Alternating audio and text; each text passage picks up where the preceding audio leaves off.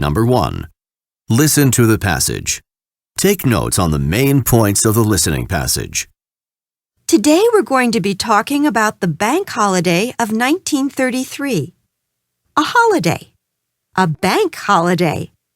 Sounds like a nice thing, doesn't it? But it really wasn't.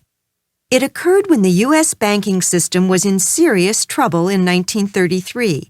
But somehow this situation became known as a holiday rather than as a disaster. Let's talk about what led up to the bank holiday of 1933. In the 1920s, banking in the United States hadn't been very stable, and it wasn't unusual for banks to fail. Then, after the stock market crashed in 1929, the problem with banks became much worse. By 1933, more than half the states had closed banks. The solution to this problem was when President Roosevelt called a bank holiday. This bank holiday meant that all banks were closed for a period of days while the federal government worked to reorganize the banking system.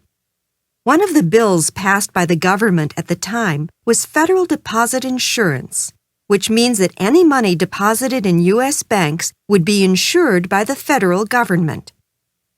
Since the time of the bank holiday, the situation has improved considerably. The number of banks that fail has decreased sharply, and the number of people to lose money by depositing it in a federally insured account has remained at 0. Now answer the following question. What can one learn from the listening passage about the bank holiday of 1933? You will have 20 seconds to prepare your response and 60 seconds to speak. Begin to prepare your response now.